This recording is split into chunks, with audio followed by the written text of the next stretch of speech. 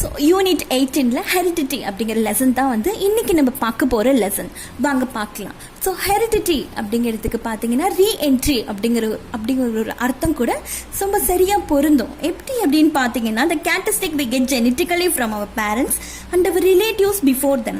So ஒரு குழந்தைக்கு எப்படி தன்னோட பேரண்ட்ஸ் கிட்ட இருந்து அவங்களோட கேரக்டர்ஸ் வந்து சில்ட்ரன்ஸ்க்கு அப்படியே டிரான்ஸ்ஃபர் ஆகுதோ அதுதான் என்ன சொல்கிறாங்கன்னா அந்த டிரான்ஸ்ஃபர்மேஷன் ஆஃப் ஜெனட்டிக் மெட்டீரியல், அதுதான் என்ன சொல்கிறாங்க ஹெரிடிட்டி அப்படின்னு சொல்கிறாங்க. அதாவது குழந்தைக்கு பார்த்தீங்கன்னா பேரண்ட்ஸோட பண்புகள் வந்து அப்படி குழந்தைக்கு வந்து டிரான்ஸ்ஃபர் ஆகுது. ஒரு ஜெனரேஷன்லேருந்து இன்னொரு ஜெனரேஷனுக்கு அந்த கேரக்டர் வந்து அப்படியே ரீஎன்ட்ரி ஆகுறது. இதுதான் என்ன சொல்லுவாங்கன்னா ஹெரிடிட்டி அப்படின்னு சொல்லுவாங்க. இப்போ நம்ம இதை பற்றி தான் இந்த லெசனில் நம்ம பார்க்க போகிறோம். வாங்க பார்க்கலாம்.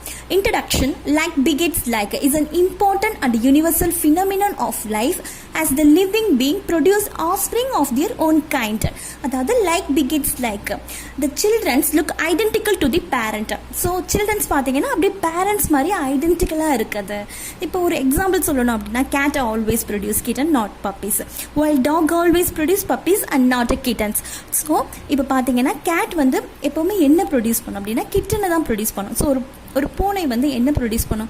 பூனைக்குட்டியை தான். ஸோ ஒரு டாகு கிடையாது. அதே மாதிரி ஒரு டாக் என்ன ப்ரொடியூஸ் பண்ணும் அப்படின்னு பார்த்தீங்கன்னா பப்பீஸ் தான், பட் ஒரு கிட்டன் கிடையாது.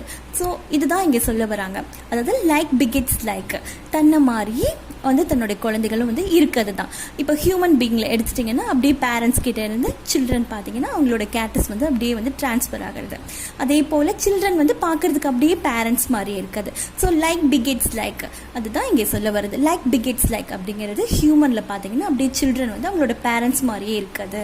ஸோ ஹியூமன் பார்த்தீங்கன்னா ஹியூமன் மாதிரி தான் இருப்பாங்க.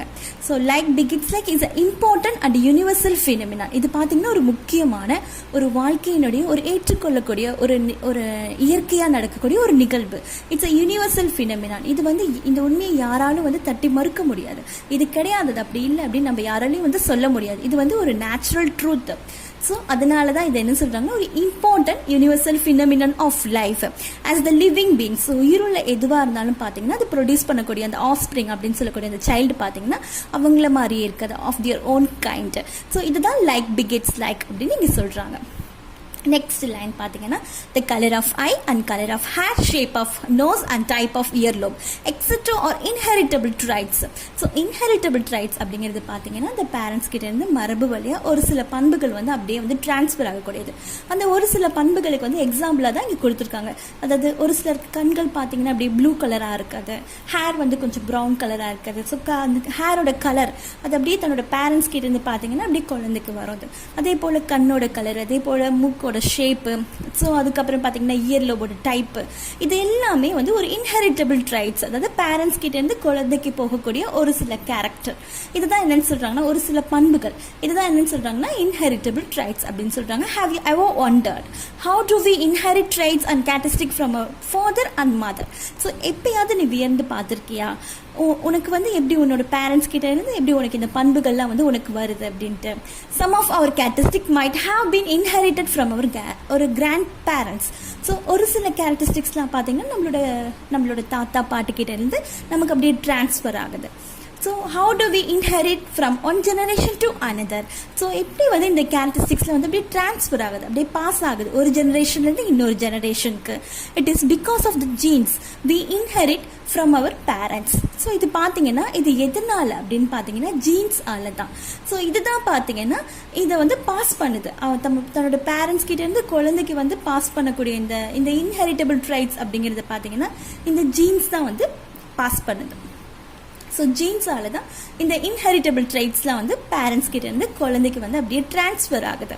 So this jeans are responsible for physical Outlook. இந்த ஜீன்ஸ் வந்து எதுக்கு ரொம்ப முக்கியம் அப்படின்னு பார்த்தீங்கன்னா ஃபிசிக்கல் அவுட்லுக், த பாடி ஸ்ட்ரக்சர், அதே போல் பயாலஜிக்கல் ஃபங்க்ஷன்ஸ், ஒரு செல்லோட ஃபங்க்ஷன்ஸ் எல்லாமே பார்த்தீங்கன்னா இது ரொம்ப முக்கியமான ஒன்று. இந்த ஜீன்ஸ் தான் வந்து அதுக்கு ரொம்ப முக்கியமாக இருக்குது. The branch of biology that deals with genes. So branch of biology வந்து டீல் பண்ணுது எதோடு அப்படின்னு பார்த்தீங்கன்னா இந்த ஜீன்ஸோடையும் அதே போல் genetic variation and heredity of living organism.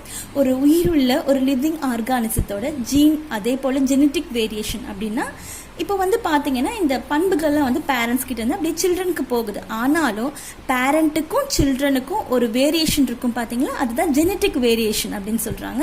இப்படி டிரான்ஸ்மிட் ஆகக்கூடிய இப்படிப்பட்ட இந்த கேரக்டர் வந்து என்னன்னு சொல்கிறாங்கன்னா ஹெரிடிட்டி அப்படின்னு சொல்லுவாங்க.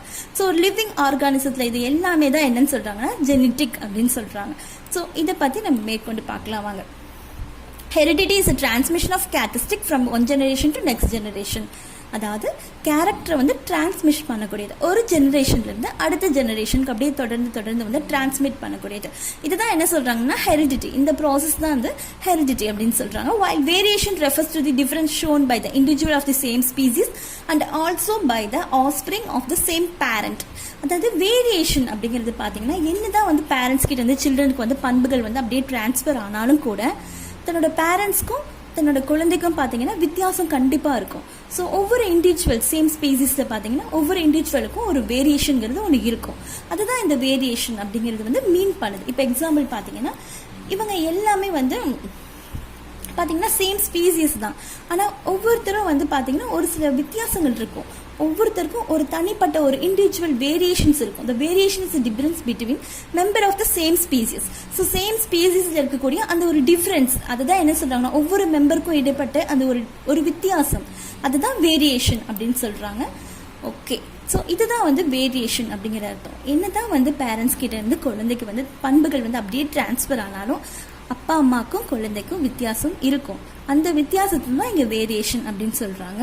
All this can happen only due to chromosome. So இது எல்லாமே எப்படி நடக்குது அப்படின்னு பார்த்தீங்கன்னா குரோமோசோமால தான்.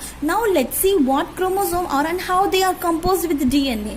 ஸோ நம்ம வந்து இப்போ குரோமோசோம் என்னென்னு அப்படிங்கிறத பார்க்கலாம். அது வந்து எப்படி டிஎன்ஏவோட கம்போஸ்ட் ஆயிருக்கு, that form the genetic material. அது எப்படி ஒரு ஜெனட்டிக் மெட்டீரியல் வந்து ஃபார்ம் பண்ணுது. ஸோ இதை பற்றி நம்ம இந்த லெசனில் ரொம்ப கிளியராக படிக்க போகிறோம்.